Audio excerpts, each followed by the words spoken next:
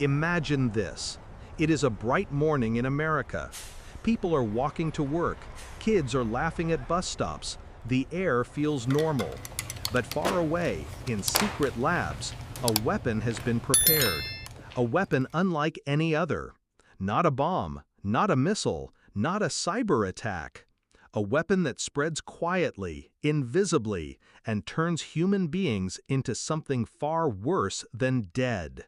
What if China used a zombie virus to destroy the United States? At first, it begins small. A few cases in Los Angeles. Patients arrive in emergency rooms shaking, screaming, their bodies burning with fever. Doctors rush to help, but within minutes, the patients collapse.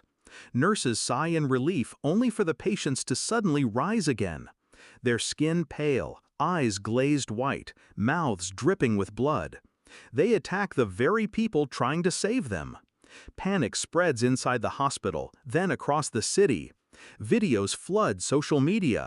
People film loved ones changing before their eyes.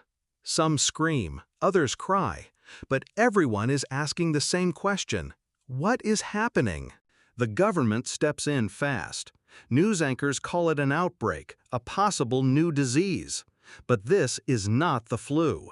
The infected do not stay down when they die. They rise again. They bite, they tear, and every victim becomes another carrier.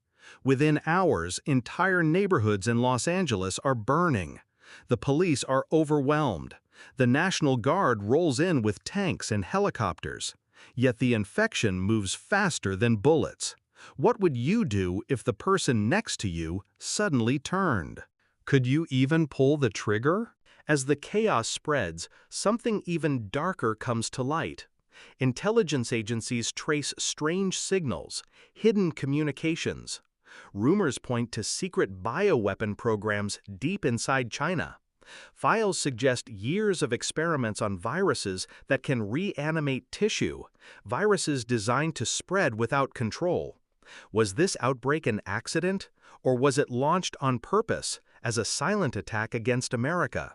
If it was planned, then the war has already begun. Meanwhile, cities start falling one by one.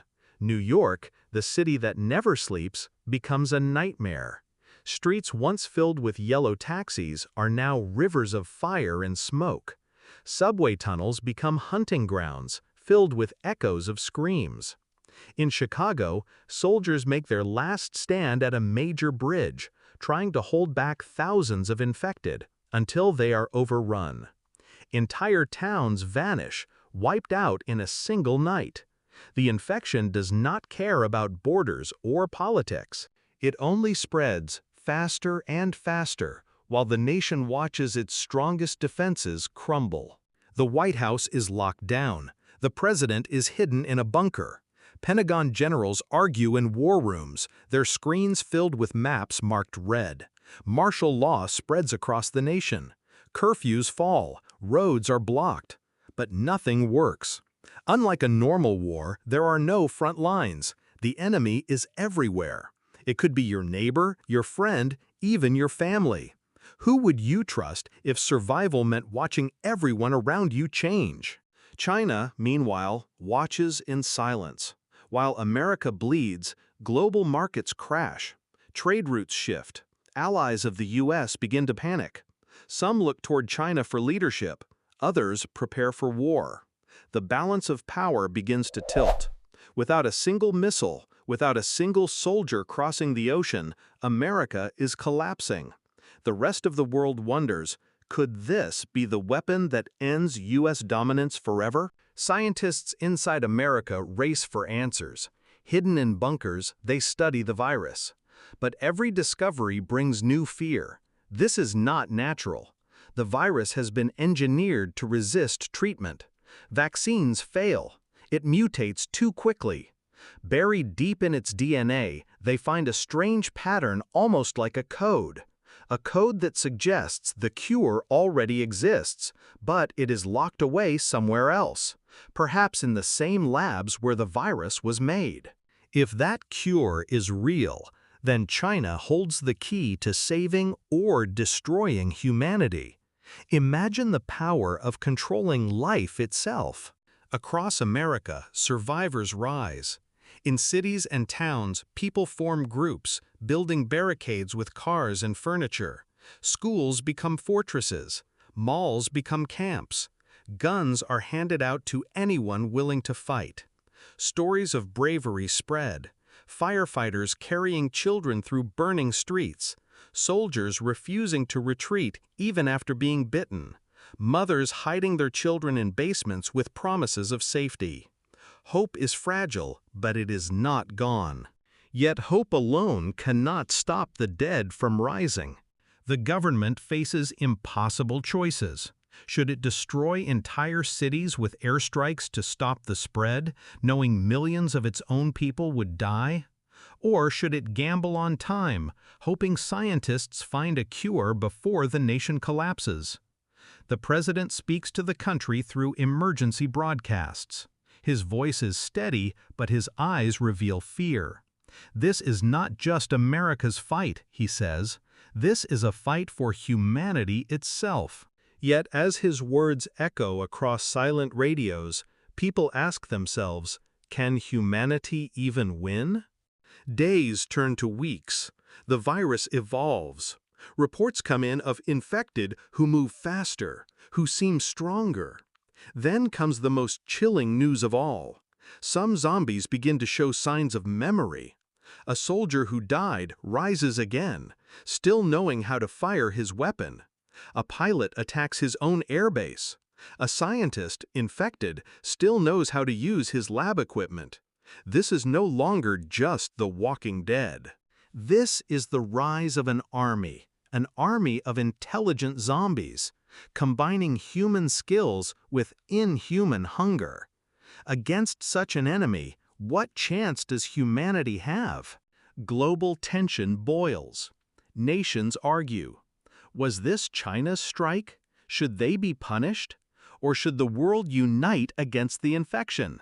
Russia, Europe, Africa all fear they could be next. Trust between nations vanishes. Rumors of nuclear strikes grow louder. If nuclear weapons are launched in desperation, the world itself could end. And so, the zombie virus is not just a weapon against America. It is a weapon against all humanity. By now, the America you know no longer exists. Cities lie in ashes. Highways are choked with abandoned cars, filled with shadows of the infected wandering between them. Helicopters fly their last missions, rescuing only a handful of survivors. Skyscrapers stand like grave markers, silent and empty. The world has changed forever. In this new reality, survival is about choices. Who do you save? Who do you leave behind? Would you risk your life for a stranger? Or fight only for yourself? And then comes a rumor. Somewhere, hidden deep in a secret military vault, a group of scientists may have created a prototype cure. But no one knows if it works. Some say it was stolen. Others say it was destroyed. Some even whisper that China itself holds the only real cure, ready to use as leverage. Imagine that power, a nation able to decide who lives and who dies. Could America ever accept being controlled this way, or would it choose destruction instead? The scariest part of this thought experiment is not the zombies, it is us. Humanity has always chased power, power to dominate, power to control. If a zombie virus could truly be built, what is stopping a nation from using it? Not science, not technology, only the thin line of morality, and history shows how often that line is crossed. So think about it. If tomorrow you woke up to sirens, if the news showed the first city falling, if your neighbor suddenly rose again with hunger in his eyes, what would you do? Would you fight? Would you run? Would you sacrifice yourself for others? Or would you become something you never thought possible? Because the most terrifying truth is this: the idea of a zombie virus may sound like science fiction, but the science to make it may already exist. And if one nation chooses to use it, The world as we know it could end in days. This is not just a story about zombies. It is a warning about human ambition, about the dangers of power without limits, about what happens when science is used not to save life, but to destroy it. If China ever unleashed such a weapon, America would not just face the end of its power, humanity itself would face the end of its story. So, ask yourself one last time. If the dead began to rise, if the infection spread through your streets, if the world collapsed in front of your eyes, what would you do? Because maybe, just maybe, this what if is closer than we think.